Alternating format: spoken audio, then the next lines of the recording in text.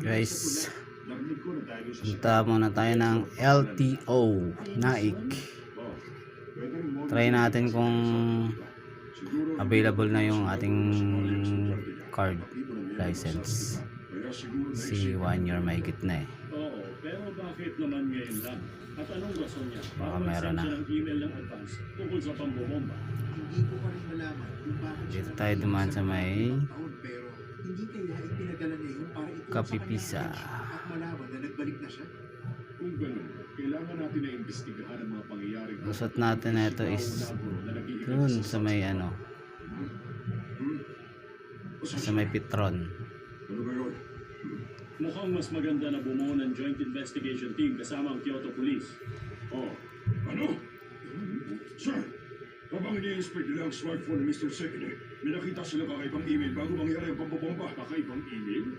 Hindi kilala ko sila ang sender. At narinig ko na may ilang karot na cards na kasamang sinend sa email.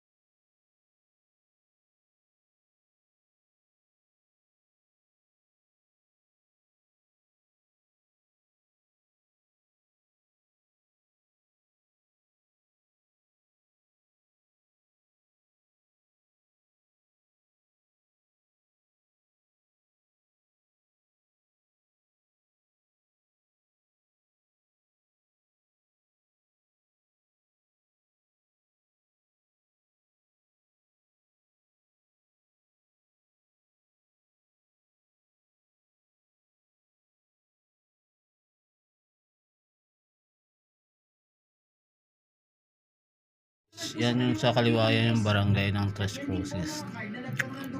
Daanan natin yan. Barangay Hall. Sa kaliwa, sa kanan yan may ano, may covered court. Yan sa kaliwa yun yung Barangay Hall.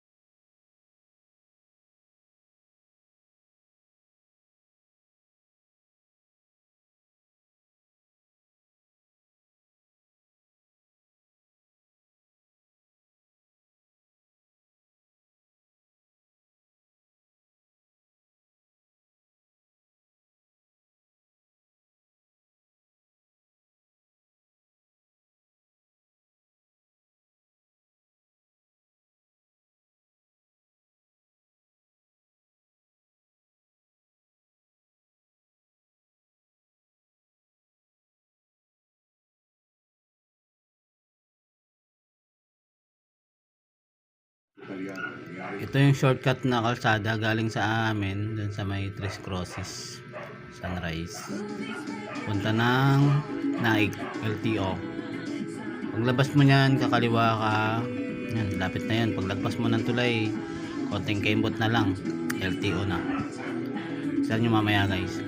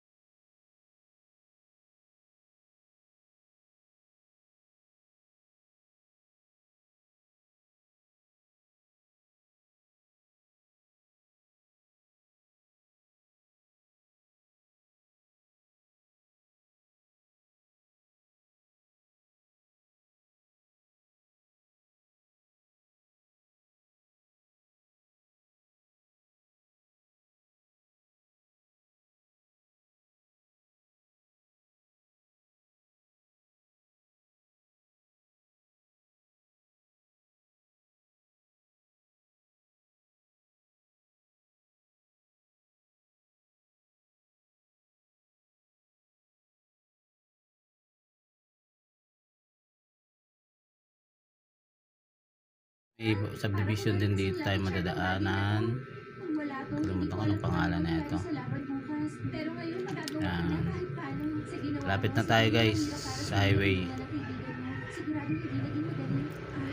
Hindi ko natin ang kaliwa, kanan yun, highway na sa may kasulirahan. Ang ganda ng mga kuko mo. Ang mga kuko ko para protect. And guys, ito na yung kanto na sinasabi ko. Kakaliwa tayo dito. Ayan, yan yung highway. Going to Naik. Pakaliwa. SM Tansa yung kanan.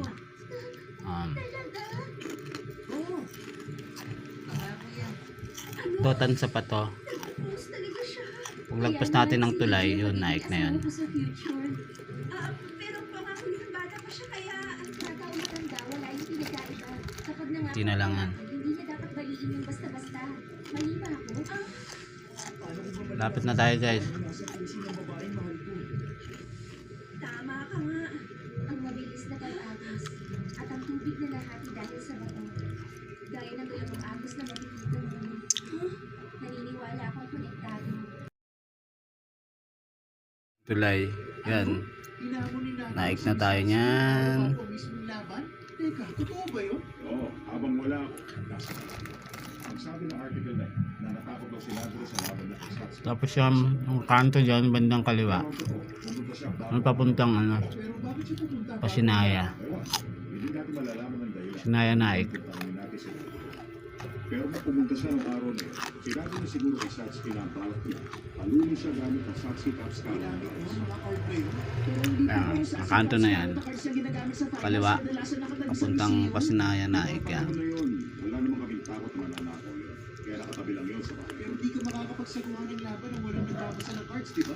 Nakikita niyo ba lahat ng Yan. na nakahanay doon sa stand? Yan, papuntang kaliwa na yan, papuntang ano yan, Pasinaya.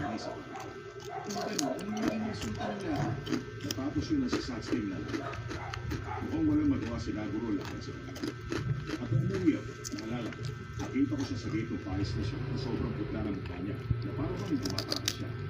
At yun na rin ang huling pagkakataon na nakita ko siya. Bakit naman hindi nyo sinabi sa mga pulis ang tungkol dyan?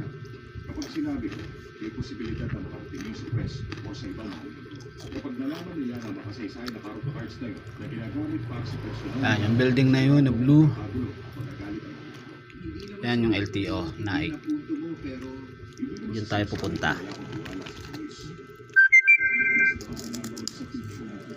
Kaliwa tayo dyan. Pasok tayo. May bayad nga pala 10 piso yan sa gate para sa parking. oo, kami na ang bahala. On my card, oh. Ang Pwede 10. ka bang maglagay pa ng dalawa? Ticket naman yan. Dahil gustong-gusto ng utak ko na matatamis. Narinig ko yun. Bigyan tayo ng resibo. So, pinarking ko muna yan bago ko Gamit ang coverage binayaran. ng cross-hand technique na maayos. Kaya di ko mabasa yung takbo ng laban kung magpapatuloy pa. Si Heiji. Aago si Heiji ng babae yun. Ang problema kaso nakakatakot naman ang mukha mo. Heiji! May nakaaway ka ba, ha? Tumahimik ka ng buwisit ka! Di ba ikaw ang bodyguard ng Fuck babae? mga natin. Kaya bumalik ka na sa kanya. Ano bang meron? Okay. Punta ako dito para palitan ng tahong ng matandang babaeng yun at makipaglaro laban sa'yo. Saka hindi pa ako natalo sa'yo sa karuta, di ba? Noon yun, nung nasa grade school pa tayo. Hindi pwede ikaw pa rin kalaban ko. Uy, Hattori, wala ka bang ibang naalala ng karuta competition na sinalihan mo ng elementary school? Kagaya ng babae na natalo mo sa competition o kahit ano? Oo. Yun nga, kaso yung karuta competition noon. Yung open to all na competition na sinalihan mo at nanalo ka? Oo. Naaalala mo, may batang babae doon ang umiiyak kasi natalo Tayo sa guard. Bayad tayo ng 10 Si Bobby Chiuka. para sa parking. Oo, siya yun. Yan. Yan. Kung ganun, hindi mo naalala, Hattori. Paano tayo sa LTO? Yung bagay na pinangalan mo sa Ah. panahon na yun. Parang sinabi ko rin naman, ibigay mo. Yan guys, nakuha na natin yung license natin. Yan na yun. Few minutes lang, mga 2 minutes lang siguro nakuha na. Yan guys, dahil sa nakuha na natin yung ating license card, uwi na tayo. Yan. Tuloy tayo dumaan. Pauwi sa dinaanan natin kanina. Yan. Nagubad na ako ng helmet guys para mahangin ang init.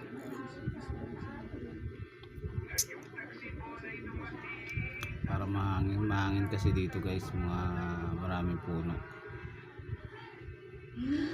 Ayan na, open pa siya. Marami dito mga fruit, mga gulay, mga pananim na gulay. Dito pala yan. Ayan. Guys, malapit na tayo sa aming subdivision. Ayan, kakaliwa na ako dyan. Ayan, kaliwa tayo dyan. Tingin mo na sa kaliwa. Ayan, pasok na tayo dyan guys. Ayan, ito yung sa amin. Pero diretso lang ang konti. Unang kanto,